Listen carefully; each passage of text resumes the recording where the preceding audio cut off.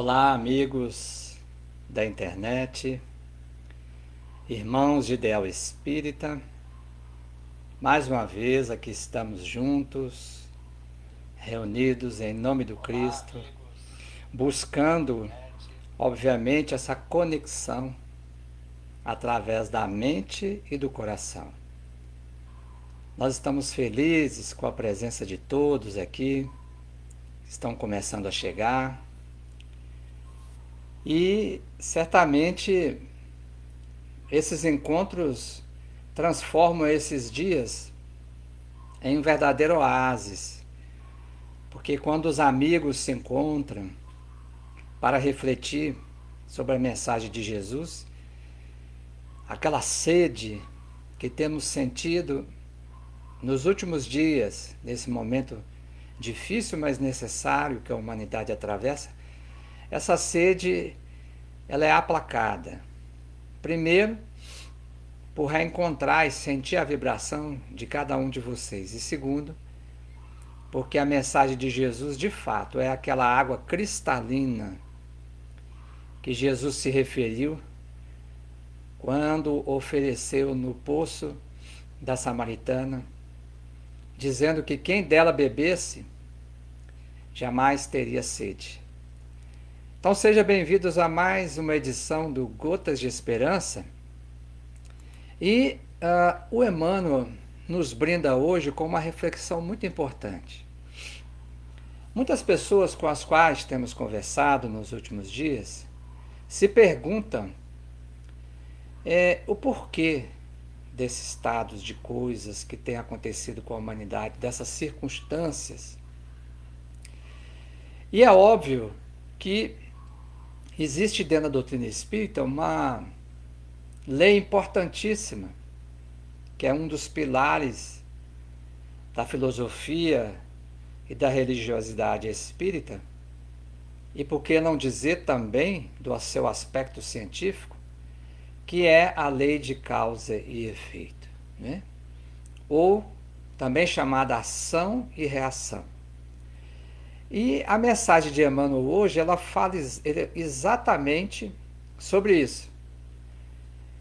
E a doutrina espírita nos ensinou que se quisermos compreender as causas, basta que nós analisemos os efeitos. E aí, se quisermos compreender em profundidade o porquê nós estamos passando por isso, precisamos analisar as circunstâncias, as restrições que a lei nos impôs nesses dias que estamos vivendo de reclusão, de recolhimento. E nós, analisando isso, nós vamos perceber algumas coisas interessantes. Talvez, como é que estava a nossa liberdade antes dessa pandemia? O nosso trato, o nosso respeito de uns para com os outros. Como é que estavam os nossos relacionamentos entre indivíduos, dentro da família, entre as comunidades, dentro das sociedades, entre as nações? Como é que estava o nosso olhar para o outro? Porque esse vírus, ele acomete desde aquele que mora na rua, da exclusão social, até aquele que mora num palacete. Ele atinge desde as nações mais pobres, passando pelas nações em desenvolvimento, até os países mais ricos, aliás, onde atingiu com força intensa. Qual é a mensagem que isso quer nos mostrar?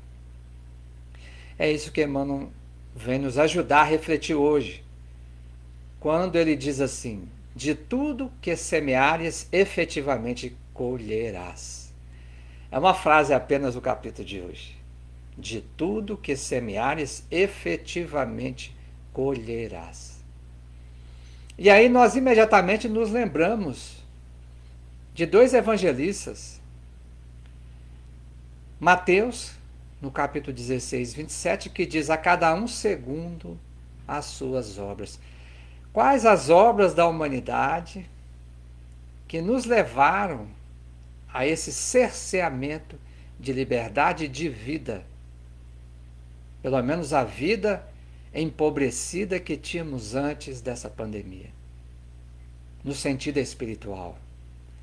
A vida sem recursos espirituais, sem pensarmos no próximo, sem pensarmos inclusive em nós mesmos, o quem somos. Somos seres materiais ou seres espirituais? E a morte que tem acontecido vem nos mostrando a cada momento a nossa real situação. E nós vamos então buscar em Emmanuel, quando ele diz assim: recordemos que tudo na vida é causa e efeito, ação e retribuição.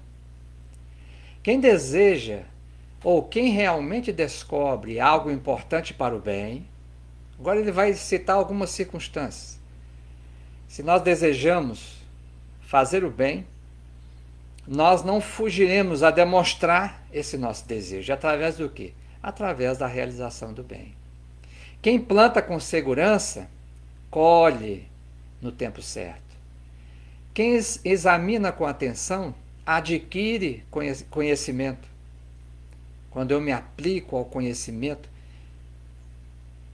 edificante, eu adquiro esse conhecimento. Mais do que adquirir, ele vai para a minha prática, para a minha realização diária, até se transformar em sabedoria, que já é o conhecimento sob a luz do amor. Quem analisa com imparcialidade alcança o altar da justiça.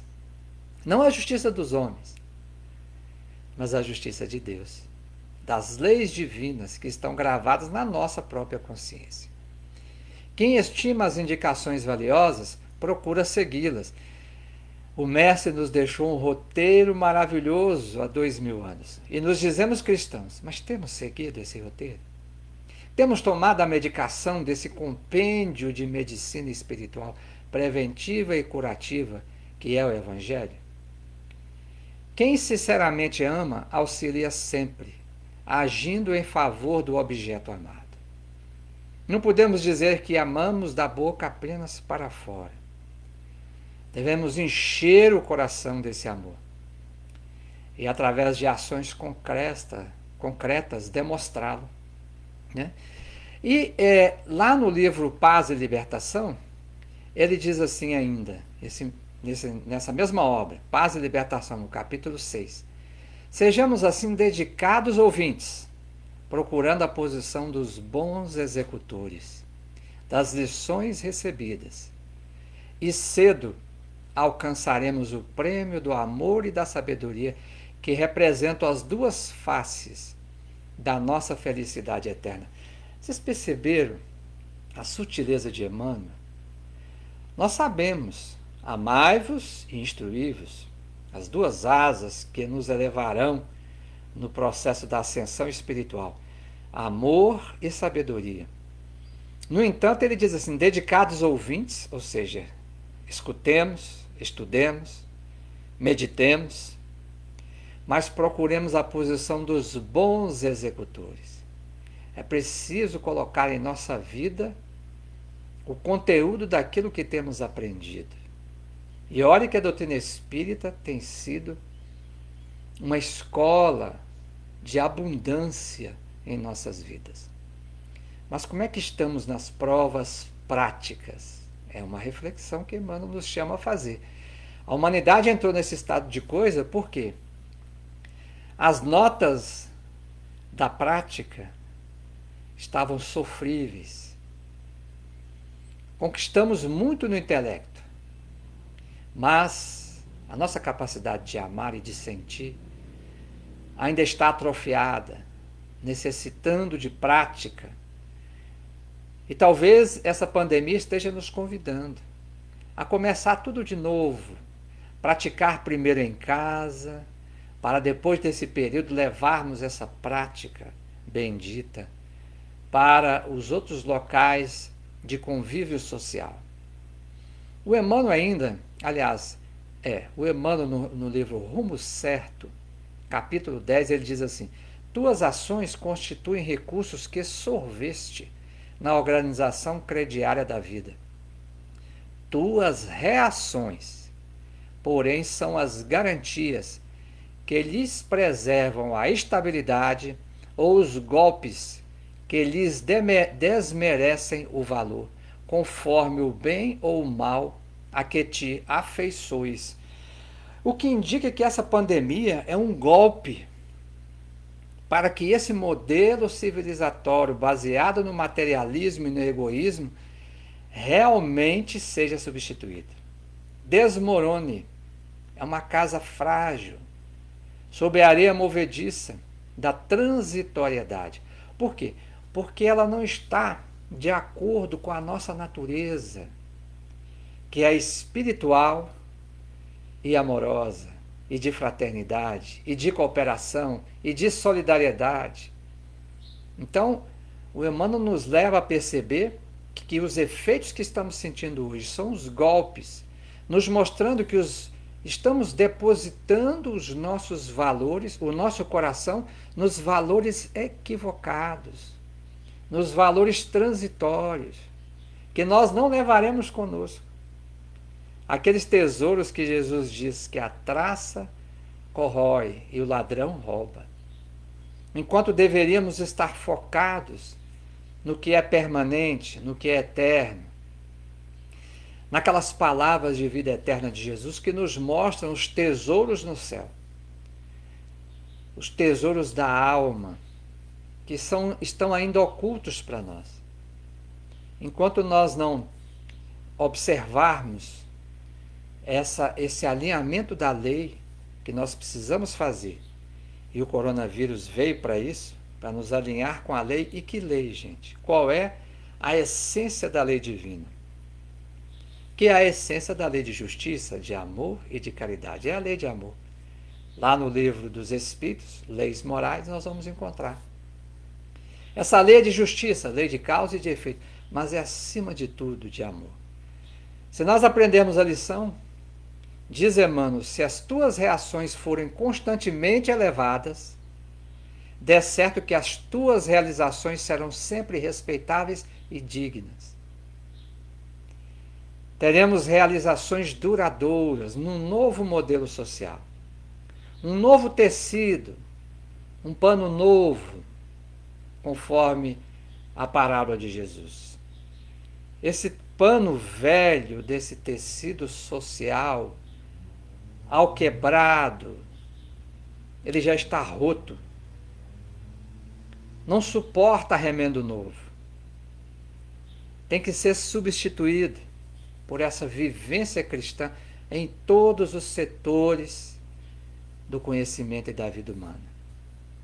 E o Chico fala assim: lembramos da lei de causa e efeito apenas em matéria de sofrimento, mas ela funciona também para o bem. Aliás, mais ainda para o bem, porque quando nós estamos em harmonia com o bem, a lei nos impulsiona adiante.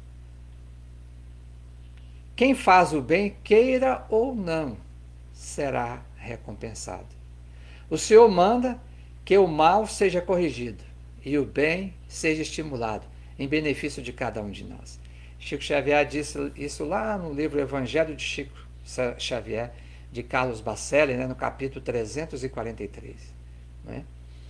E para corroborar isso, no livro Os Mensageiros, lá no capítulo 33, André Luiz cita uma fala do benfeitor que diz: todo aquele que coopere e opere de espírito voltado para Deus poderá aguardar sempre o melhor. E ele conclui ratificando o que o Chico disse: não é promessa de amizade, é lei. Aqui não é uma questão de amizade, porque se fosse de amizade poderia denotar privilégios. E em verdade o bem é uma ação da lei para todos. O bem só é bem quando é para todos. Então, se nós estivermos em harmonia com as nossas atitudes dentro do padrão da caridade, por isso que a doutrina espírita desfraudou essa legenda de fora da caridade não há salvação. Essa salvação de quê? Da ignorância. E como é que a gente se salva da ignorância? Através da verdade que é liberta. E o que é verdade no universo? Senão tudo aquilo que é eterno, que dura. E o que é eterno no universo, senão o amor? E onde está o amor, senão dentro de cada um de nós? Porque dele saímos. Porque Deus é amor, já dizia João Evangelista. E Paulo, em Gálatas, ele diz assim: pois aquilo que o homem semear, isso também ceifará. E Emmanuel comenta essa passagem de forma brilhante no livro Fonte Viva. No capítulo 160, quando diz assim: todo dia é tempo de semear. Todo dia é tempo de colher. Não é preciso atravessar a sombra do túmulo para encontrar a justiça face a face. Nos princípios de causa e efeito, achamos-nos incessantemente sob a orientação dela, em todos os instantes de nossa vida. Então, gente, às vezes a gente tem feito reflexões duras sobre a nossa conduta, a conduta que estávamos tendo até aqui, até esse momento que nós estamos vivendo. Mas não entremos num processo de culpa que estagna. Vamos olhar para frente. Como diz Emmanuel aqui, todo dia é tempo de semear e todo dia é tempo de colher. Vamos fazer essa revisão que Santo Agostinho nos convidou a fazer na pergunta 919 do Livro dos Espíritos, e sei que cada um está fazendo essa revisão de forma imparcial. Vamos anotar as nossas questões e aquelas que já forem possíveis ser refeitas, darmos um novo norte, uma nova bússola baseada no ensino de Jesus, já façamos dentro do lar, junto com os nossos familiares. As que ainda não forem possíveis, por quê?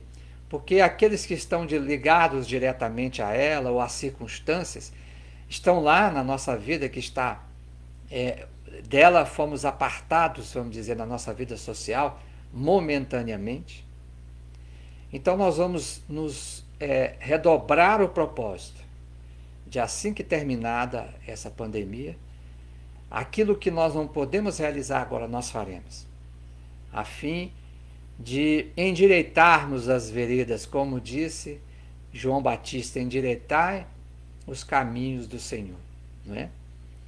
Agora, nós não devemos confundir jamais essa lei de causa e efeito com a pena de talião. A pena de talião é olho por olho, dente por dente. A lei de causa e efeito, ou de ação e reação, segundo o entendimento da doutrina espírita, é a manifestação da justiça, mas também do amor de Deus.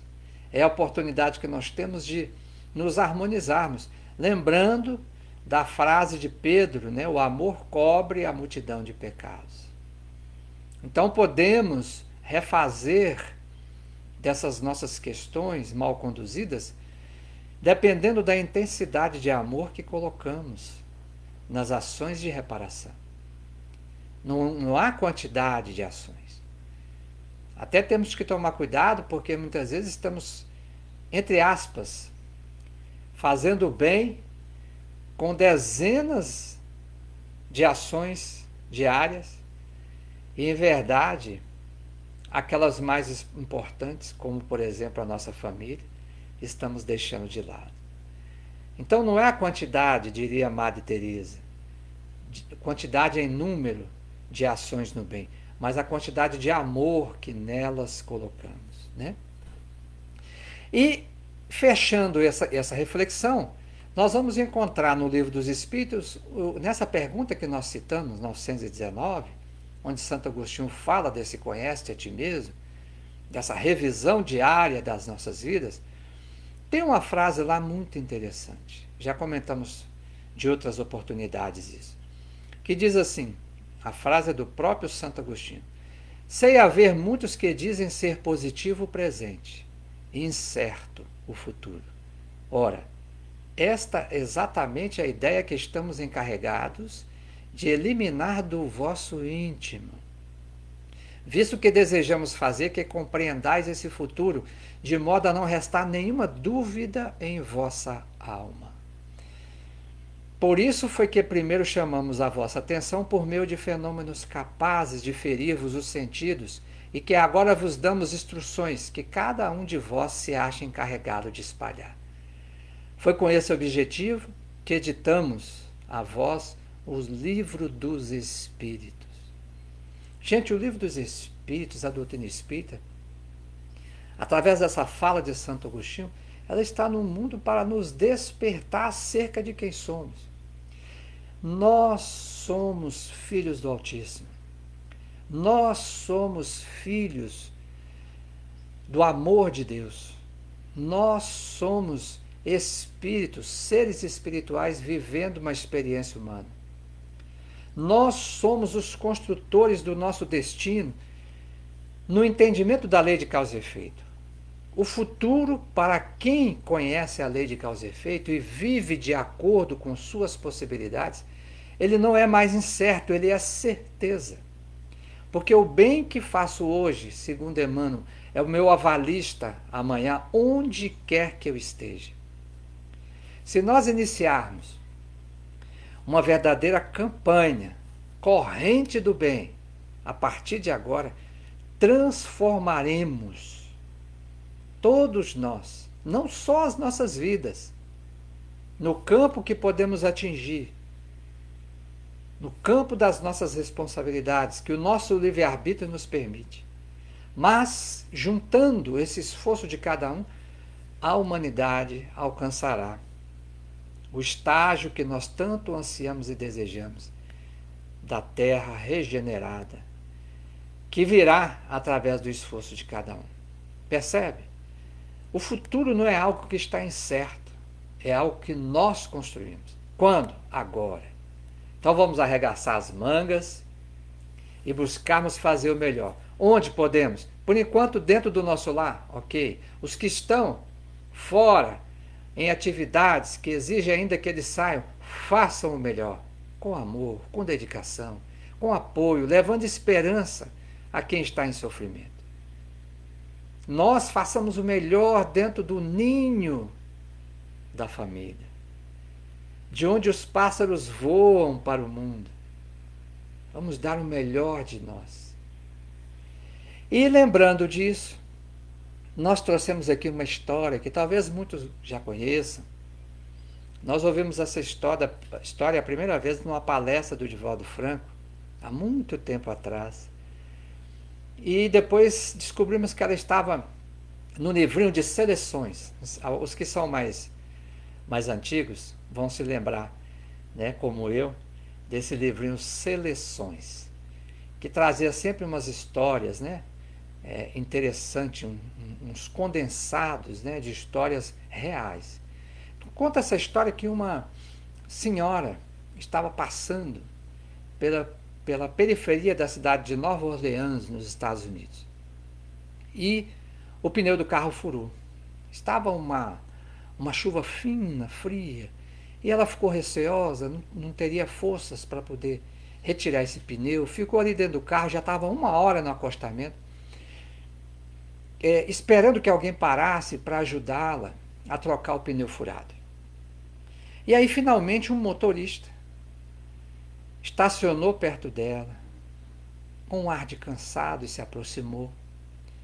E falou assim: meu nome é Brian, posso ajudá-la? Ela ficou preocupada.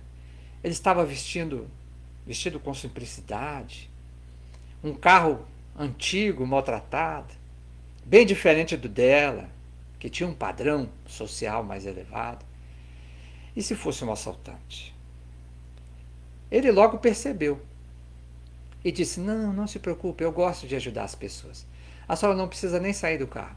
A senhora pode abrir, daí de dentro mesmo, o porta-mala. Eu tiro o pneu estepe, o macaco, e troco o pneu da senhora. E assim foi feito. Ele pegou, trocou rapidinho o pneu.